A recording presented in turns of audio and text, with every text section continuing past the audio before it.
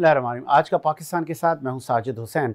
मजबूत मुस्तहकम पाकिस्तान पर हम बात करते हैं। हम बात करते हैं कैसे मुल्क व मिल्लत की तामीर और तरक्की में हमने अपना किरदार अदा करना है। आज स्पेशल प्रोग्राम हम डेडिकेट कर रहे हैं सानिह कारसाज के उन शहीदों को, उन गाजियों को, उन जमहूरियत के परवानों को कि जो खुद गाजी हो गए, शहीद हो गए, लेकिन आज मुल्क में जो जमहूरियत फल फूल रही है ये उन्हीं के मरून मिन्नत है। 18 साल हो गए कि जब पाकिस्तान पीपल्स पार्टी की शहीद कायद फॉर्मर वज़ीर आज़म मोहतरमा बेनज़ीर भुट्टो साहबा तवील जलावती के बाद जब वतन वापस पहुँची तो ये वो क्या सिनेरियोस थे वहाँ पे, उस वक्त क्या हालात थे। बड़े सेंसिटिव हालात थे। जनरल परवेज़ मुशर्रफ जैसे डिक्टेटर हुक्मरान थे और मार्शल लॉ ही कहें, ऐसा ही कुछ था। एमरजेंसी नाफिज की गई, बहुत सारे मामला से ये पाकिस्तान गुजर रहा था। चीफ जस्टिस साहब घर पर थे, 12 मई जैसे वाक़यात हो चुके थे। हालात बहुत कशीदा थे। ना हमारी इमाम बारगाहें महफूज थी, ना हमारी मसाजिद महफूज थी, ना सिविलियन लोग महफूज थे। दहशत गर्दी की एक हवा ने इस मुल्क को जकड़ के रखा था। ऐसी सूरत हाल में फॉर्मर वज़ीर आज़म बेनज़ीर साहिबा ने वतन वापसी की ठान ली तो लाखों की तादाद में टाटे मारता पाकिस्तान भर से समंदर, अवाम का समंदर कराची में उमंड आया और हर दीवार दरो दीवार पे एक ही सदा थी, वेलकम वेलकम बेनज़ीर वेलकम। तो आज 18 साल बाद हम कहाँ खड़े हैं इस पर बात करेंगे और जमहूरियत के परवानों का क्या हुआ इस पर बात करेंगे। बात करने के लिए स्टूडियो मेरे साथ मौजूद हैं पाकिस्तान पीपल्स पार्टी से आपका ताल्लुक है नौजवान रहनुमा फैज़ान रावत साहब ने ज्वाइन किया। सर फैज़ान भाई खुश आमदीद कहेंगे आपको शो में। उनके साथ पीपल्स पार्टी से आपका ताल्लुक है, मुतादिद अदवार आपने मुल्क की सियासत के देखे हैं, सीनियर सियासतदान है अब्दुल रज़ाक बाजा साहब आपको भी खुश आमदीद कहेंगे। और हमने डॉक्टर फजल शेख को भी मधु किया है, आप भी तजिया देंगे कि बेनज़ीर साहिबा की शख्सियत पर और भुट्टो की सियासत पर। सर डॉक्टर साहब आपको भी खुश आमदीद कहेंगे। डॉक्टर फजल शेख भी हमें आज फैज़ान साहब से पहला था। फैज़ान साहब 2007 बेनज़ीर साहिबा ने वतन वापसी का ऐलान किया। मुझे याद है ईद भी करीब ही थी तो जियालों ने जगह जगह कैंप लगाए हुए थे, वहाँ पे हल्ला गुल्ला था, लोग नाच रहे थे, गा रहे थे।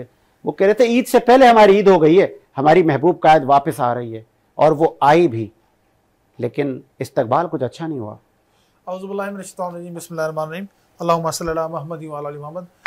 साजिद भाई आपको पता है मोहतरमा बेनज़ीर भुट्टो पाकिस्तान की एक बड़ी लीडर थी और दूसरा ये कि उनको एक बैनुल अक़वामी शोहरत हासिल थी।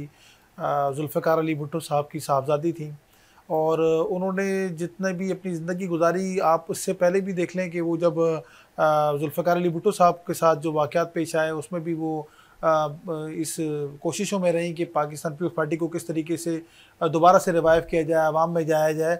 और उन्होंने हमेशा पाकिस्तान के लिए, जमहूरियत के लिए कुर्बानियाँ दी हैं। ये फैमिली पूरी की पूरी जमहूरियत के लिए कुर्बानी देती रही। इनके 2 भाइयों से आप देख लें, इनकी वालदा को देख लें, इनके वालिद साहब को देख लें, इनको खुद को देख लें। क्या इनको अंदाज़ा नहीं था कि पाकिस्तान में आने के बाद क्या मुश्किलात पेश आएंगी? उनको बहुत अच्छी तरह अंदाज़ा था कि पाकिस्तान जाने के बाद मुझे कितनी मुश्किलात का सामना करना पड़ सकता है। और पाकिस्तान के हालात उस वक्त सबके सामने थे, लेकिन उसके बाद उनकी बहादुरी देखें कि कराची एयरपोर्ट पे वो उतरती हैं और जब में गफ़ीर होता है पूरा कराची उनकी, पूरा सिंध उनकी, पूरा पाकिस्तान उनकी इस्तकबाल के लिए किस तरह मौजूद था। पूरे तमाम शहरों से, तमाम सूबे से लोग यहाँ मौजूद थे, उन्होंने अपने कैंप लगाए हुए थे और सुबह से उनका इंतज़ार वो लगाया हुआ था और कई दिन पहले उसकी तैयारियाँ शुरू हो गई थी। और उस रात आप क्योंकि रोडों पे मौजूद होंगे, आज से ये 18 साल पुराना वाकया है और जो लोग अभी नौजवान हैं उनको शायद इस चीज़ का इदराक ना हो, जो 25-26 साल जिनकी उम्रें पहुंची हैं, लेकिन जो 40 और 45 की एज के हैं वो उस वक्त चीज़ों को देख रहे थे कि इस शहर में, पूरे शहर में, पूरे शार फैसल पे जगह जगह इस्तकबालिया कैंप लगाए गए थे और उनका इस्तकबाल के लिए लोग बहुत ज़्यादा पुरजोश थे। अब वही हुआ जो पाकिस्तान में हमेशा से एक लीडर के साथ होता है, जो आज तक होता है। और वो जो 18 अक्टूबर को इतने लोगों को शहीद कर दिया गया, यके बाद 2 धमाकों की हमें वहाँ पर इस्तकबाल के लिए आपके सामने है कि कितने लोग शहीद हुए उसके अंदर। फिर भी मोहतरमा ने अपना जो है वो स्टांस चेंज नहीं किया। मोहतरमा जमहूरियत के लिए आगे बढ़ती रही और पीपल्स पार्टी ने भी कभी भी आमरीत के खिलाफ जिद्दोजहद के बाद कभी भी पाकिस्तान मुखालिफ नारे ना कभी लगाए, ना उन नारों को लगाने वालों को प्रमोट किया। हमारे सदर से ले लें, हमारे सदर साहब आसिफ अली जरदारी साहब से ले लें, उन्होंने उस वक्त पाकिस्तान खप्पे का नारा लगाया। 27 के बाद भी, 18 के बाद मोहतरमा ने भी पाकिस्तान के साथ यकजहती दिखाई। उससे पहले जब जुल्फ़िकार अली भुट्टो साहब के साथ जो वाक़यात पेश आए, जिसको सुप्रीम कोर्ट ने आज कह दिया कि वो एक अदालती कत्ल था, या वो उसको आप कह लें कि वो एक जुडिशल जो है वो सही तरीके से उस पर इंसाफ नहीं हो सका, मैं अगर उसको मुनासिब अल्फाज में बयान करूं, तो सुप्रीम कोर्ट भी उसको एडमिट कर चुका है, पूरी जमातें उसको एडमिट करती हैं, तमाम लोग उसको एडमिट करते हैं। उसके बावजूद भी पाकिस्तान पीपल्स पार्टी पाकिस्तान के साथ खड़ी हुई है। पाकिस्तान के तमाम सूबे में, तमाम शहरों में पाकिस्तान पीपल्स पार्टी की नुमाइंदगी। पाकिस्तान पीपल्स पार्टी वो वाहिद जमात है जो तमाम सूबों में मौजूद है। और उसके बाद जब मोहतरमा के साथ ये वाक़या 18 अक्टूबर को पेश आया, उसके बाद भी सियासी जद्दोजहद रुकी नहीं है। थ्रेट्स उसी तरह मौजूद थे, उसी तरह जलसे किए गए, उसी तरह कारकुनों में मोहतरमा मौजूद थी। मोहतरमा का मौजूद होना कारकुनों में एक जोशो वलवला पैदा करता था। तमाम लीडरान, चाहे वो किसी भी पार्टी से हो, मोहतरमा के लिए कोई इस तरह से बात, मतलब कोई उनके अगेंस्ट बात नहीं करता है। इसी तरह अगर आप बैनुल अक़वामी सतह पे चले जाएं, तो मोहतरमा जितनी ज़ीरक सियासतदान थी, उतना ज़ीरक सियासतदान तो पाकिस्तान को आज तक मैसर ही नहीं आया। जुल्फ़िकार अली भुट्टो साहब बहुत बड़ा लॉस है। मैं आता हूँ आपके, बहुत बड़ा लॉस है। डॉक्टर फजल साहब, आप कैसे बेनज़ीर साहिबा और उनके परवानों को याद करें? आज 18 अक्टूबर है और मुझे याद है आज का दिन मतलब पाकिस्तान के लिए कुछ क़यामत से कम नहीं था। हर तरफ लाशें बिखरी थी, हर तरफ लाशें बिखरी थी। लेकिन मैंने आप सबसे पहले बेनज़ीर साहिबा को दिखाया। एक दफ़ा डॉक्टर अमर लियाकत ने प्रोग्राम में कहा था कि मैं बेनज़ीर को इसलिए पसंद करता हूँ कि वो दुपट्टा बार बार ऊपर करती है, और इसी सानिया कारसाज में जब आ रही थी तो बार बार ऊपर। लेकिन ये जब प्रेसिडेंट अयूब खान ने भुट्टो साहब को हाउस अरेस्ट किया था, बिल्कुल, तो जब रिलीज किया 68 की बात, तो जुलूस निकला। वो जुलूस में मैं भी शामिल था। अच्छा, उधर खड़ा था। तो भुट्टो साहब के साथ बेनज़ीर साहब, इधर सनम भुट्टो जी, इधर बेनज़ीर साहब। उस वक्त कौन सी 68 में कितनी उम्र होगी? यंग थी, 15-20। उस वक्त भी ऐसे मुझे याद है, ये दुपट्टा ऊपर नीचे कर रहे। इसका मतलब है उसकी तरबियत ऐसी थी। क्या बात है। उसके अलावा मैं एक बात और करूँगा, जब ये शिमला मुआहदा हुआ 71 की वार के बाद, तो भुट्टो साहब ने उसको सेक्रेटरी बनाया था बेनज़ीर साहबा को। जब शिमला ले गए, सेक्रेटरी थी ऐसे ही। और उसको उसे बार बार मशवरे करते थे। तो उसके 4 बेटे थे, 4 बच्चे थे। भुट्टो साहब को बेनज़ीर को एजाज हासिल है। उसको चुना भुट्टो साहब ने। भुट्टो साहब तो विजनरी था, उससे तो शक ही नहीं है। तो बेनज़ीर साहबा को मैं यही चीज़ें मुझे याद आ रही हैं, और वो इसलिए मैं इसको मिस कर रहे हैं, आज मिस कर रहा हूँ, मिस कर रहे हैं। और बिल्कुल वो लोग जिन्होंने आपको देखा, आपकी सियासत को देखा, आपकी स्ट्रगल को देखा, वो बिल्कुल आज आपको मिस कर रहे हैं। और ये वही दिन है कि 2007 में जब आप तवील जनावतनी के बाद वतन वापस आई, इस मुल्क को बड़े चैलेंजेस थे और उस चैलेंजेस से निकालने के लिए ही आप आई थी। हालांकि उस वक्त बहुत सारे सियासतदानों ने बेनज़ीर साहिबा का वतन वापस मत जाएं, आपके लिए ख़तरा है, लेकिन आपने सब ख़तरात को मुँह ले लिया, कहा कि मैं नहीं डरूंगी। और वो भुट्टो की बेटी डरी नहीं, वो वतन वापस आई। बाजवा साहब, आप कैसे याद कर रहे हैं आज के दिन को? बिस्मिल्लाहिर्रहमानिर्रहीम भाई, मैं तो बड़ा मतलब मोहतरमा बेनज़ीर भुट्टो साहिबा, और ख़ास तौर पे 18 अक्टूबर जब आती है, ये तो एक गमज़दा दिन आ जाता है हम पर। और पाकिस्तान पीपल्स पार्टी के जितने कारकुनान हैं, जियाले हैं, अहदेदार हैं, ज़िम्मेदार हैं, या लीडरान हैं, या अरकान असम्बली हैं, जो भी हैं, मैं सब आपको आप देखेंगे कि सबके सब आपको गमज़दा नज़र आएंगे, इंतहाई दुखी नज़र आएंगे। उसकी वजह ये कि जब 79 में भुट्टो साहब, बड़े भुट्टो साहब को जब एक बेगुनाह केस में उन्हें जब फांसी दी गई, ये उसके बाद एक बड़ा सानिया हम मानते हैं। ये भुट्टो साहब की शहादत के बाद ये दूसरा बड़ा सानिया था जो बेनज़ीर भुट्टो साहबा का 18 अक्टूबर और फिर 27 से ये जो सितंबर वाला वाक़या है, ये दोनों एक ही हैं तकरीबन, एक महीने के वक्त। मतलब ये कहीं शुरुआत हो गई? जी, शुरुआत हो गई। मैं आप देखें कि बेनज़ीर भुट्टो साहिबा की बहादुरी देखें, उनमें जुर्रत देखें, वो आप देखें कि उन्हें सारी इस्टेब्लिशमेंट ने, उस वक्त की इस्टेब्लिशमेंट जो भी थी इस मुल्क में, यानी परवेज़ मुशर्रफ साहब की गवर्नमेंट में, उन्हें बार हर तरीके से मैसेज किए गए, बताया गया कि थ्रेट किया गया, थ्रेट भी किया गया, उन्हें धमकियां दी गई कि आप ना आए। लेकिन बेनज़ीर भुट्टो साहिबा की जो तरबियत हुई थी वो शहीद ज़ुल्फ़िकार अली भुट्टो के जो ज़ेर साया उन्होंने तरबियत हासिल की।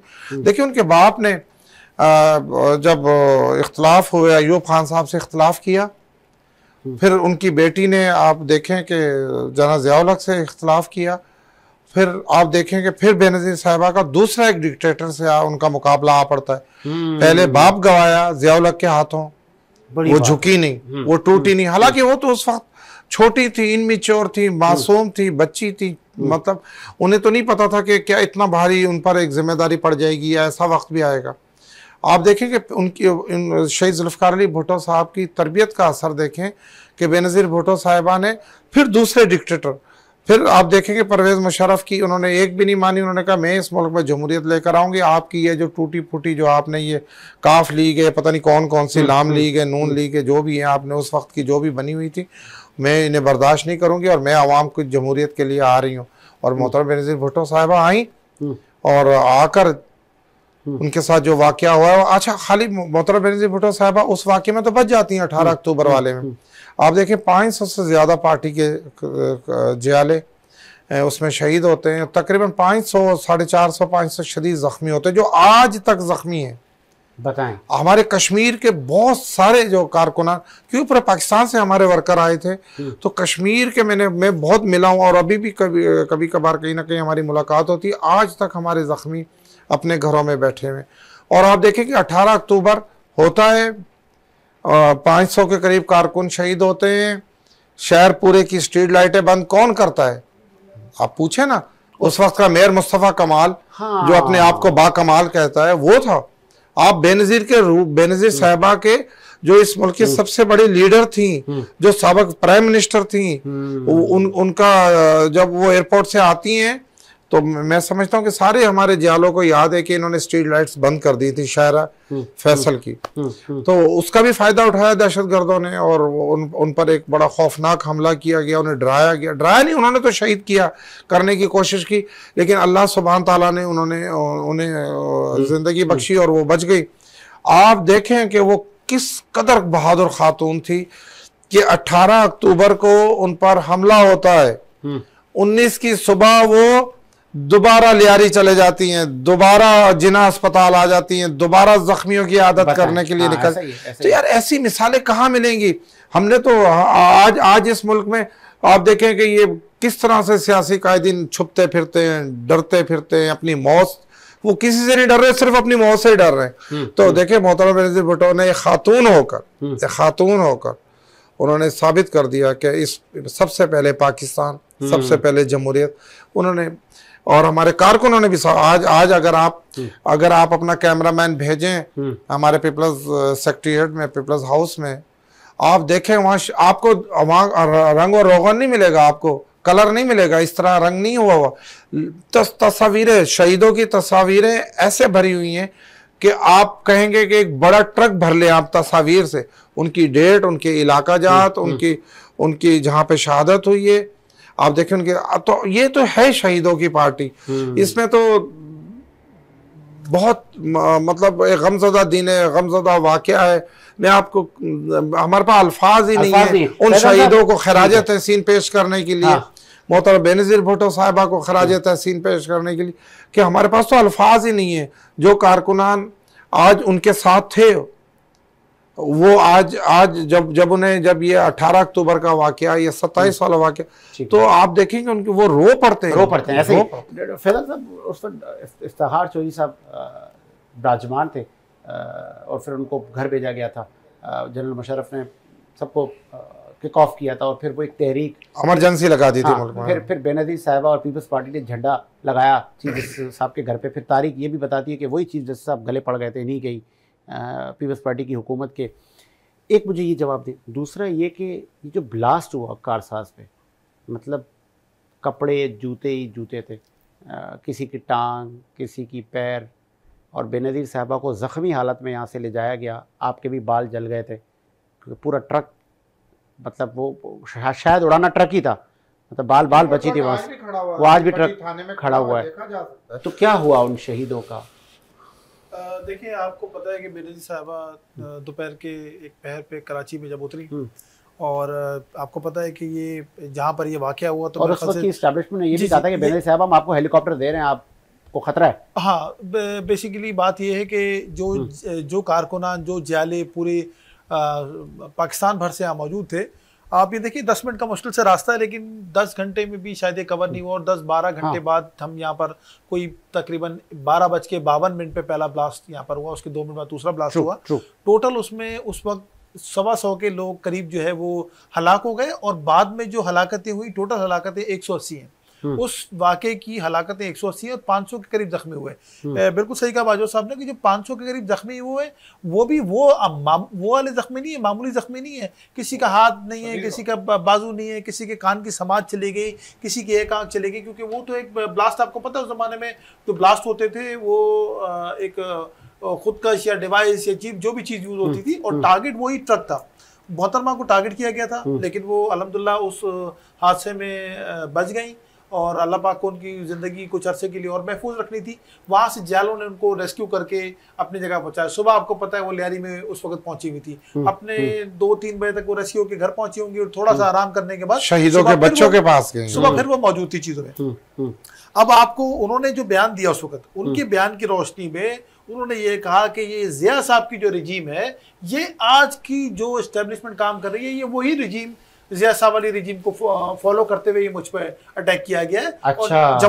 और जिसके अगेंस्ट में मुशर्रफ साहब ने ये बयान दिया था कि जमहूरियत को सबोताज करने के लिए मोहतरमा पे अटैक किया गया, जबकि मोहतरमा ने उनको बार बार ये बावर कराया है कि कुछ ऐसे एलिमेंट्स हैं जो हमें इस तरह से मैसेज पहुंचा रहे हैं कि आप इलेक्शन के बाद यहाँ पर तशरीफ लेकर आएं, इलेक्शन हो जाए तो उसके बाद आप यहाँ पर आएं, जबकि हमने इलेक्शन में हिस्सा लिया हुआ है, हमारी पार्टी इलेक्शन में मौजूद है। ऐसे कैसे हो सकता है कि मैं अवाम में मौजूद ना हूँ? और ये 8 साल की जो सेल्फ एग्जाइल थी, बेसिकली तो अंडर प्रेशर रह के थी। आज लोग बिलावल साहब की बात करते हैं, बिलावल साहब का अगर माजी और उनकी चीजें देखी जाए तो वो तो बचपन में जब वो पैदा हुए तो उस वक्त से उनकी वालदा ये सब चीजें देखती आ रही है। वालिद साहब तो उनके जेल में रहे 17-18 साल, उन्होंने मुश्किलात सही 11 साल वो मुसलसल जेल में रहे। उसके बाद जब वो 2007 का ये वाकया हो जाता है तो बिलावल साहब की तो उम्र इस वक्त कुछ नहीं थी। उसके बाद आप ये देखिए कि ये सियासी तरबियत कैसी है इस पार्टी की, जुल्फ़िकार अली भुट्टो साहब की सियासी तरबियत कैसी है कि जब बेनज़ीर साहिबा मैदान अमल में आई और सियासत में आई तो किन अलकाबात से मुखालफीन ने उनको पुकारा और किस तरीके से वो उनसे बात करते थे। आज मरियम साहिबा मैदान में हमने कभी उनको किसी भी अल्फाज में, किसी चीज़ों में हम कभी उसको वो नहीं करते। ये हमारी एक सियासी तरबियत है और वो सियासी तरबियत आज तक कायम है।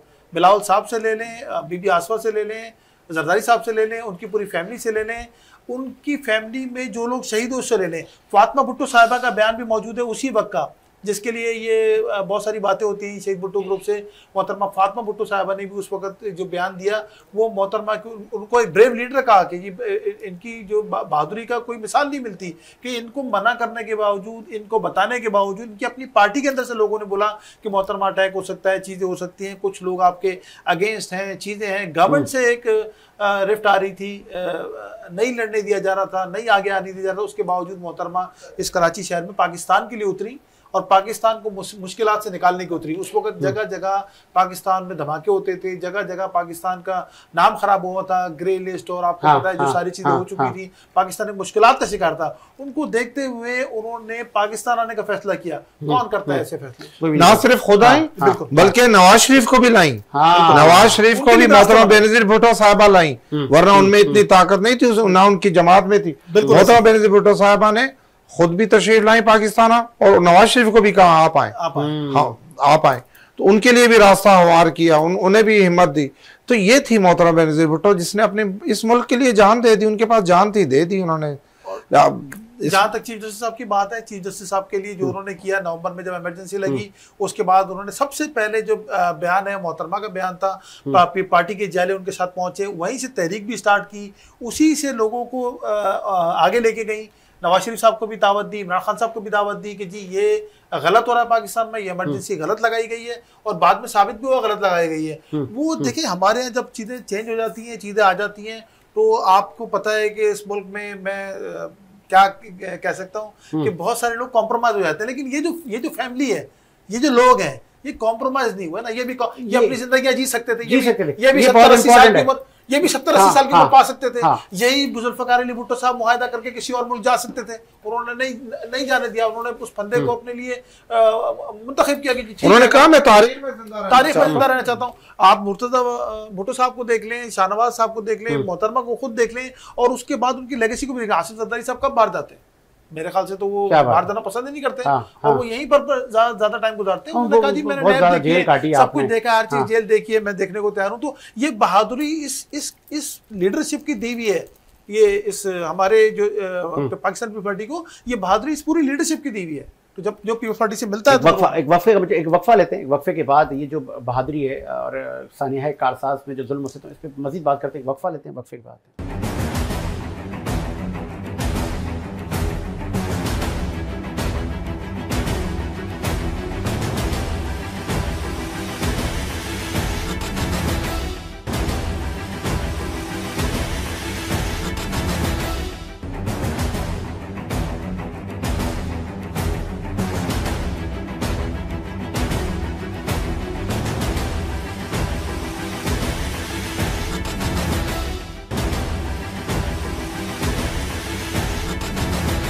ब्रेक के बाद खुशामदीद। प्रोग्राम को आगे बढ़ाते हैं और इस ब्रेक में हमें ज्वाइन किया है पाकिस्तान पीपल्स पार्टी के नौजवान जीएलए मीर समद बरोई साहब। सर खुशामदीद कहेंगे। मीर साहब, आपने आज टाइम निकाला, और चूँकि 18 अक्टूबर जब आती है तो, और फिर जब अक्टूबर स्टार्ट होता है तो वो जो जमहूरियत पसंद लोग हैं वो मायूस हो जाते हैं, उनको वो याद आ जाते हैं वो दिन, वो टाइम कि जब इस मुल्क में इस जमहूरियत को बचाने के लिए भुट्टो की बेटी ने बहुत सारी कुर्बानियाँ दी, और ये कुर्बानी का सफ़र चलता रहा। आपने बड़ी स्ट्रगल की और बिल आखिर दिसंबर में आपको शहीद कर दिया गया। डॉक्टर फजल साहब, आपका भी बड़ा वक्त गुजरा, आपने भी बेनज़ीर साहबा का ये सफ़र देखा, कितना मुश्किल रास्ता चुना आपने? बिल्कुल मुश्किल रास्ता चुना। ज़ाहिर है इसने कुर्बानियाँ दी। जब फांसी भुट्टो साहब का आई, कैद हुए, तो उसने बहादुरी का बड़ा मुजाहरा किया और फिर स्ट्रगल की, इतना आखिर अपना अचीव कर लिया। जो भुट्टो साहब चाहते थे वो अचीव कर लिया। लेकिन मैं 18 अक्टूबर कारसाज साने के बारे में एक शेर लिख के आया हूँ। क्या बात, अगर आप इजाजत। वो शाम थी कि लहू से जमीन निहा गई थी, वो रोशनी थी कि आंखों में छा गई थी, कदम कदम पे थी एक सदाए बेनजीर आई, वफा के बादलों में थी दुआ बेनजीर आई। क्या बात। पर दुश्मनों ने घात में नफरत का जाल डाला, मोहब्बतों पे नफरत का संगीन वार डाला। वो काफिला जो उम्मीदों का इस्तारा था, वो काफिला जो रोशनियों का सितारा था, लहू में निहा गया वो काफिला वफा का। लिखा गया एक बाब शहादत हवा का। बेनजीर तो अमर हो गई वतन की मट्टी में, मगर वो आंखें आज भी तर है कराची की बस्ती में। क्या बात। कारसाज के चिराग अभी तक जल रहे हैं, क्या बात। शहीदों के लहू से अहद निकल रहे हैं। बेनजीर ने बहुत सारे काम किए। मिसाइल जो है भुट्टो साहब ने एटम बम की टेक्नोलॉजी लाई, तो ये मिसाइल टेक्नोलॉजी लाई। उसके अलावा हेल्थ के जो रिलेटेड हो, तो हेल्थ में बहुत काम, lady health workers, doctors, doctors को बहुत ज्यादा। मैं पुलिस में था उस वक्त, मुझे पता है पुलिस में लेडीज की जो है भर्ती भी, वो मेडिकल फिटनेस पूरी कराची की मैं करता था पुलिस हॉस्पिटल में, ये मेरी जिम्मेदारी। जबरदस्त। तो वो लियारी बेनजीर के दौर में लियारी से बहुत कांस्टेबल आए, मैं खुद रहीम बलोच साथ ले आते थे। अच्छा, फिटनेस में करता था ना, तो उसके दौर में ये उसके वेलफेयर के काम हुए, बहुत सारे वेलफेयर के बहुत काम सारे। हुए। और मीर साहब, चूंकि आप नौजवान हैं और फिर पीपल्स पार्टी की इस वक्त आप नुमाइंदगी भी कर रहे हैं, पीपल्स पार्टी से आपकी भी एक लेगेसी है, वालिद से लेके फिर आप भी जमहूरी पसंद माइंड और पीपल्स पार्टी का आपने चुनाव किया, आप कैसे याद करते हैं 2007 18 अक्टूबर? औज़ुबिल्लाहिमिनश्शैतानिर्रजीम, बिस्मिल्लाहिर्रहमानिर्रहीम। कुल जाअल हक़्क़ु व ज़हक़ल बातिल इन्नल बातिल काना ज़हूक़ा। अल्लाहुम्मा सल्लि अला मुहम्मदिन व अला आलि मुहम्मद। ज़ाहिर साहब, आपका आज का जो मौजू है, हमें समझता हूँ कि अगर हम पाकिस्तान की सियासी जो तारीख़ का जो तनाज़ुर है उसको हिस्ट्री के तौर पर देखें तो 18 अक्टूबर वो दिन है, उसके बग़ैर पाकिस्तान की पूरी जो पॉलिटिकल तारीख़ है वो पूरी नहीं होती। उसकी बुनियादी वजह यह है कि इस मुल्क के अंदर रूल ऑफ लॉ पर पाबंदी था, आपके पार्लियामेंट मफलूज हो चुके थे, आपकी अदालतें किसी के मर्ज़ी और मंशा पर चलते थे, आपके मुल्क के अंदर न किसी किस्म का कोई कॉन्स्टिट्यूंसी के ऊपर कोई इख्तियारात थे किसी के पास। तो मोहतरमा बेनज़ीर भुट्टो साहिबा ने उस वक़्त में पाकिस्तान वापसी का फ़ैसला किया, जबकि शायद कोई भी जो सोच नहीं सकता था, समझ भी नहीं सकता था कि इस वक्त सियासत किया जा सकता है। लेकिन मैं समझता हूँ कि बतौर तालिब सियासत और पीपल्स पार्टी के कारकुन की हैसियत से मैं उस सारी सिनारियों को, क्योंकि बहुत छोटा था और ये सारा कुछ तैयारी जो है वो अपने घर में, अपने मोहल्ले में, अपनी गली में, अपने शहर में, मतलब आप आई विटनेस है? मैं आई विटनेस हूँ इस बात का कि मुझे अपने पूरी ज़िंदगी में उस वक्त से बेहतर वक्त, खुशी का वक्त और ये जज्बे का जो वक्त था ना, वो मैं समझता हूँ उसका कोई नेम और बदल नहीं हो सकता। हालांकि से खौफ था, दहशतगर्दी थी, वो उस वक्त की MQM थी, बहुत सारे मामला थे, बहुत मुश्किल था। लेकिन उसके बावजूद मेरे ख्याल में, अगर मैं गलत ना हूँ, पीपल्स पार्टी का झंडा लेके जाना भी बड़ा मसला था उस वक्त के हालात में। भाई बहुत मुश्किल तरीन वक्त था।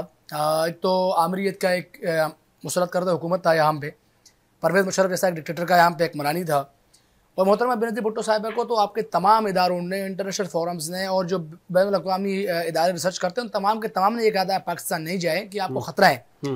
और आज जो हम अपने पड़ोस में होता हुआ देख रहे हैं, मोहतरमा बेनज़ीर भुट्टो आज से 20 साल पहले इनसे लड़ रही थी। क्या बात है। आज जो आपके बॉर्डर के बराबर से खड़े होकर आप पर गोले बरसा रहे हैं हिंदुस्तान को खुश करने के लिए, वही लोग हैं जो मोहतरमा बेनज़ीर भुट्टो को इस मुल्क में इक़्तिदार में लाना नहीं चाहते थे। आप उनको अच्छे अल्फाज़ों में शायद वही लोग कह रहे हैं, मैं उनको नमक हराम कहता हूँ। मैं समझता हूँ कि बदकिस्मती हमारी ये है कि हमारी तारीख़ का वो दिन, मैं उस वक्त को याद करता हूँ तो मैं वो एक तो एक्साइटमेंट इतनी थी हमारी कि हम महीनों की एक तैयारी थी, और जब यकीन जाने मैं बिछड़ गया जैसे हमारे घर का कोई फर्द था, ऐसा मतलब हालात। साजिद भाई, जब वो सिनारियो हम सामने जब रखते हैं तो आप एक चीज़ की मतलब एक तैयारी कर रहे होते हैं मुसलसल काफ़ी अरसे तक, जब वो आपके बिल्कुल सामने हो और आप बिल्कुल उसको करीब से देखना चाहते हैं। और मुझे इस बात पे आपके सामने एक बात शेयर करूँगा, हम शारा फैसल उन दिनों में अक्सर तैयारियों के हवाले से जाते क्योंकि कैंप्स वगैरह लगे हुए थे। तो एक गालिबन कश्मीर की फैमिली अपना खेमा बहुत पहले आके उसने ना वहाँ पे जमा दिया था, तो उनसे लोग पूछते थे कि भाई आप लोग इतने पहले क्यों आए हो, तो वो कहते थे कि हमारी दिली ख्वाहिश है कि मोहतरमा बेनज़ीर भुट्टो को सबसे पहले हम देखें। तो वो एक इश्क था, वो एक, मैं समझता हूँ कि वो सियासी बयानिया की जंग नहीं थी, वो एक इश्क और जुनून की जंग थी जो मोहतरमा बेनज़ीर भुट्टो से लोग करने आए थे। और फिर जब वो धमाके हुए इस शहर के अंदर, वो एक इस शहर का मैं समझता हूँ कोई बच्चा ऐसा नहीं है जिसने वो धमाकों की आवाज़ नहीं सुनी हो। गुलिस्तान जौहर में आप रहते हैं, आप बहुत करीब हैं, तो बड़े बहुत खतरनाक सर वहाँ मैं था। तो एक कहता हूँ ना, जो लोग अपने घरों पर थे तो उन्होंने भी इस तरह को महसूस किया। मैंने अपनी फैमिली को कहा चलें खाना वाना खा के फिर चलेंगे बीबी की तकरीर देखने वहाँ बाज़ार कायद पर। हम घर पहुंचे और पीछे ब्लास्ट। साहब मैं समझता हूँ कि हमारी जिंदगी थी, अगर हम अपनी सियासी हिस्ट्री को एक बार फिर से दोहराएं तो ये हमारी सियासी हिस्ट्री के अंदर जो एक सबसे कुर्बानियों की एक बहुत बड़ी दास्तान पीपल्स पार्टी, इसमें कोई शक नहीं है कि भुट्टो साहब की कुर्बानी, फिर बीबी साहबा की शहादत, ये सब बड़ी कुर्बानियाँ हैं। लेकिन किसी भी पॉलिटिकल पार्टी ने पाकिस्तान में इतनी बड़ी कुर्बानी नहीं दी है कि 200 के करीब हमारे शहादतें हैं, 550 के करीब हमारी जो है वो ऐसे जख्मी है जिनमें से अक्सर आज तक मफलूज है। तो ये किसी और तारीख में नहीं मिलती, इसकी मिसाल नहीं मिलती इसकी। मैं बाजा साहब, चूँकि उस वक्त जब ये ब्लास्ट हुआ था तो मतलब वो जो मंज़र मेरी आंखों के सामने आज भी हैं, वो फैमिलीज मतलब बेचारे, एक किसी घर का एक फ़र्द जाए तो वो फैमिली तो रुल गई ना। फिर भी वो बेनज़ीर साहिबा, एक ब्रेकिंग आती है कि वो निकली हैं लियारी, वो निकली हैं अपने कारकुनान की आदत करने, हालांकि उस वक्त मीडिया उनके दौड़े, ना किसी को पता, वो बैठ ही नहीं रही थी खातून घर पर, वो कह रही हैं जान जाती है जाए। साजिद साहब मैं आपको एक बात बताऊं कि हालांकि उसमें जिस तरह अभी समद ने भी बताया, पहले भी हमारे साथी ने बताया कि 500 के करीब लोग जो ज़ख्मी हुए, 200-250-300 के करीब जो दोस्त शहीद हुए हमारे वर्कर, आप यकीन करें उनकी फैमिलियां भी, जिनके बच्चे शहीद हो चुके थे या शदीद ज़ख्मी थे, उनकी फैमिलियां भी अपने बच्चों का कम पूछ रही थी और बेनज़ीर भुट्टो साहिबा की हयाती की उन्हें ज़्यादा फिक्र थी। तो ये थी मोहब्बत साजिद साहब उस ख़ानदान के साथ लोगों की। आज आपको गड़ी खुदा बख्श में पूरी क़यादत हमारी बानी पाकिस्तान पीपल्स पार्टी, उनकी औलाद, उनकी बेटी, वो कोई हयात नहीं है और सब ने शहादत, सबको शहादत दी। शहादत हर किसी के नसीब में नहीं है, शहादत हमेशा बहादुरों को मिलती है, जो बहादुर होते हैं। जो तो बात यह है कि पाकिस्तान पीपल्स पार्टी ने जो इस मुल्क, और आप देखें आज तक अपने इदारों के साथ और आज तक अपने मुल्क के साथ खड़े। हमारे 2 चेयरमैन, शहीद जुल्फकार अली भुट्टो, शहीद मोहतरम बेनज़ीर भुट्टो, दोनों का मर्डर हुआ है, दोनों कत्ल हुए।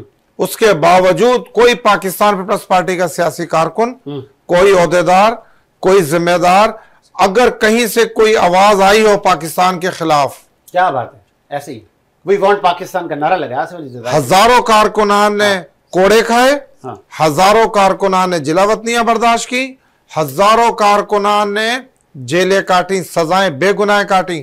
और ये भी किसी और जमात को ये भी एजाज हासिल नहीं है कि लोगों ने अपनी क़यादत की खातिर पेट्रोल सर में डालकर खुद को जलाया हो। बिल्कुल ऐसे ही। ये आजकल के जो टोपी ड्रामे वाले सियासतदान हैं। मैं आता हूं, एक कॉल ले लूं। सेनेटर साहब ने ज्वाइन किया, सेनेटर जमीर गुमर साहब ने ज्वाइन किया। सर खुशामदीद कहेंगे सर शो में। Thank you very much sir. 18 October 2007 सानिया कारसाद ट्रिब्यूट उन शहीदों को जिन्होंने जमहूरियत की बका के लिए अपनी जानों के नजराने दिए। आज 18 साल हो गए, गालबन ये जमहूरियत जो फल फूल रही है ये उन्हीं को क्रेडिट जाता है, ऐसा ही है? बालकल जो है वो काले बादल जो है वो थे होराइजन पर, जब जो है वो बेनज़ीर भुट्टो साहिबा ने कदम रखा तो उम्मीद पैदा हुई कि जो है वो जमहूरियत आएगी। और कारसाज के शहीदों ने ऐसी बेमिसाल कुर्बानी दी, ऐसी बेमिसाल कुर्बानी दी कि उसके बाद जो है वो ये अटैक था शहीद बेनज़ीर भुट्टो पर, और उनको जो है उनके जानिसारान ने उनकी हिफाजत की और वो जो वहां से जो है वो बच गई उसकी लाइफ। लेकिन अनफॉर्चुनेटली उस पर जो है वो दूसरा अटैक किया गया और जमहूरियत को जो है वो नाकाबिल तलाफी नुकसान पहुंचाया गया। उसके बाद जो है वो शहीदों के उस पर लाए अमल पर चलकर पाकिस्तान पीपल्स पार्टी ने पाकिस्तान के आइन पर अमल किया, पाकिस्तान को 18वीं तरमीम दी, पाकिस्तान को नया NFC दिया और जमहूरियत के सफर को आगे बढ़ाया। और जो आज भी जमहूरियत का थोड़ा बहुत जो है वो सफर चल रहा है वो कारसाज के शहीदों और बेनज़ीर भुट्टो साहबा की शहादत का ही जो है वो रिजल्ट है। तो मेरे ख्याल में उसको आगे लेकर जाना होगा और पाकिस्तान में जमहूरियत और वफाकियत को मजबूत बनाना होगा। यही मैसेज है कारसाज का, यही मैसेज है शहीद बेनज़ीर भुट्टो का। एक आखिरी मेरा आपसे सवाल है सेनेटर साहब, चूंकि वो जो टाइम था जब बेनज़ीर साहिबा वतन वापस आई, ये वही दिन था कि वो काफिला स्लोली ग्रेजुअली, इतनी आवाम थी, समंदर था आवाम का, हर दरो दीवार पे एक ही सदा थी, वेलकम वेलकम बेनज़ीर वेलकम के नारे थे। और वो फिर बेनज़ीर साहिबा के उस काफिले पर जब अटैक हुआ तो गालबन ये मतलब ये कह सकते हैं कि वो बेनज़ीर साहिबा को मारने की प्लानिंग थी, लेकिन अल्लाह ताला ने आपकी ज़िंदगी उस वक्त महफूज रखी। लेकिन 200 ज़्यादा कारकुन शहीद, मुतादिद ज़ख्मी, बड़ा लॉस हुआ पीपल्स पार्टी का। लेकिन उसके बाद भी आपका सफ़र न रुका, आप वो ट्रैवल करती रही, बिल आखिर आप जामे शहादत नोश कर गई। ये दुनिया में बड़ा अनप्रेसिडेंटेड है कि इतनी तादाद में लोगों ने अपने लीडर पर अपनी जान निशावर कर दी और वो शहीद हो गए। और वो घड़ी खुदाबख्श में मदफून है, जो है वो हम उनको जो है वो ट्रिब्यूट पेश करते हैं 18 अक्टूबर को, और पूरा पाकिस्तान उनको ट्रिब्यूट पेश करता है, क्योंकि उन्होंने शहीद बेनजीर भुट्टो पर जो है वो अपनी जान निसावर कर दी। और पाकिस्तान में जैसा कि शहीद बेनजीर भुट्टो एक जमहूरियत का सिंबल थी, तो उन्होंने अपनी जान जमहूरियत के लिए कुर्बान की। और इस सफर को पाकिस्तान पीपल्स पार्टी ने किस तरीके से जो है वो आगे बढ़ाया है, वो भी एक तारीख है। कैसे जमहूरियत को जो है वो आगे बढ़ाया है, कितनी साजिशें और हुई हैं, कितनी जो है वो जमहूरियत के खिलाफ जो है वो जमहूरियत पर डाके डाले गए, लेकिन पाकिस्तान पीपल्स पार्टी अटल रही है, अपने शहीदों की कुर्बानियों को जो है वो उसकी कदर करती है और आगे भी इसी स्पिरिट के साथ बढ़ती जाएगी और जमहूरियत को और पार्लियामेंट को और अवाम के पावर को जो है वो मजबूत करेगी। ठीक है जी, बहुत शुक्रिया आपके कीमती वक्त का। सेनेटर समीर खुमरो साहब ने, पाकिस्तान पीपल्स पार्टी से आपका ताल्लुक़ है, आपने बेनज़ीर साहबा की और 18 अक्टूबर के शहीदों पे खराज तहसीन पेश किया। एक वक्फ़ा लेते हैं, वक्फ़े के बाद आते हैं।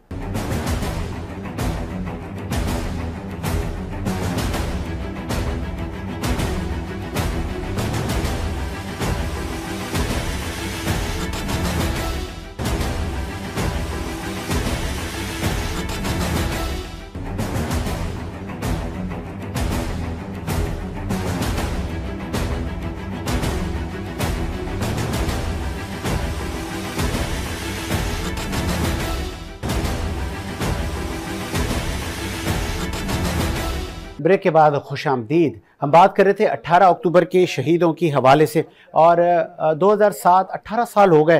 आप ये शहीदों को ट्रिब्यूट आज भी दिया जा रहा है,